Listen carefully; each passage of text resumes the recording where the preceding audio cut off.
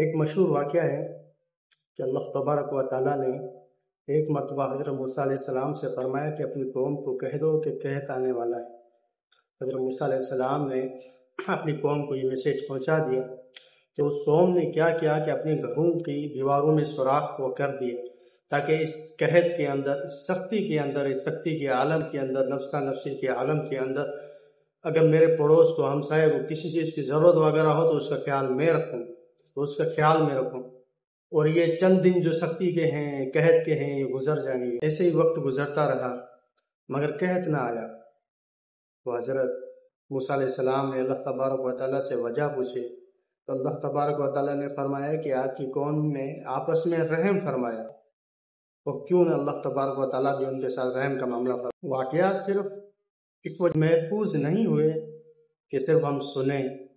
اور اس کو آگے بھیج دیں۔ واقعات اس وجہ سے اللہ تبارک و تعالیٰ نے محفوظ بنائے ہیں تاکہ ہم اپنی زندگی کے اندر اپلائی کر سکیں، تاکہ جو اس وقت جو گزرا تھا، اور مثال کے طور پر آج ہم جس سچویشن کے اندر ہیں تو پچھلی قومیں جو گزری ہیں وہ اس سچویشن کے اندر آئی تھی اور کس طریقے سے گزری، اور انہوں نے اپنے آپ کو اس سچویشن سے کیسے نکالا۔ کہ جیسے کہ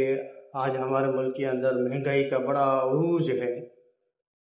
غربت عروج کے اوپر ہے۔ آج ہم بھی اپنے ہمسایوں کا جو ہے خیال رکھیں، ان کے اوپر رحم کریں، ان کی ضرورت کا خیال رکھیں، تو انشاءاللہ اللہ تبارک و تعالی ہمارے اوپر بھی، ہمارے ملک کے اوپر بھی رحم فرمائیں۔ السلام علیکم۔